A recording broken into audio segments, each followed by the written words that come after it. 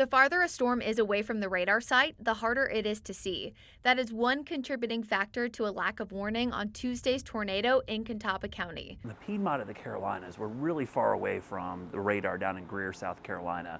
We do have a terminal Doppler radar at the airport, but it's a lesser radar. It's a weaker tool. So you lose some of the parameters like the dual polarization, which allows us to see debris, stuff like that. Due to the curvature of the Earth's surface, if radar can only see the top of a storm, it can easily miss a rotation couplet closer to the surface. Tornadoes like the one that happened Tuesday in Catawba County are historically difficult to forecast. They're called QLCSs, often referred to as quick spin-ups. But there's a couple things you learn through experience and unfortunately through failure sometimes, is that when we see a surge of wind from the south, sometimes we'll see things spin up. And we were seeing that yesterday in two separate tornado warnings, one in Mecklenburg County and then the one in Catawba County. The problem with these type of tornadoes, sometimes by the time you see them on radar, they've already happened. So you got to look for the precursors for the tornado ahead of time. And that's where the radar data becomes really, really valuable.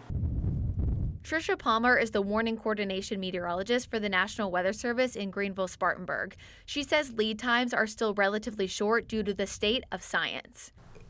This particular type of storm was the result of what we call a quasi-linear convective system. Most people might know of it in terms of a squall line. Typically, when we are able to issue tornado warnings on this, and we tend to have very good, what we call probability of detection. The WCNC Charlotte weather team encourages folks to stay weather aware for another round of severe weather on Friday. For WCNC Charlotte, I'm meteorologist Brittany Van Voorhees.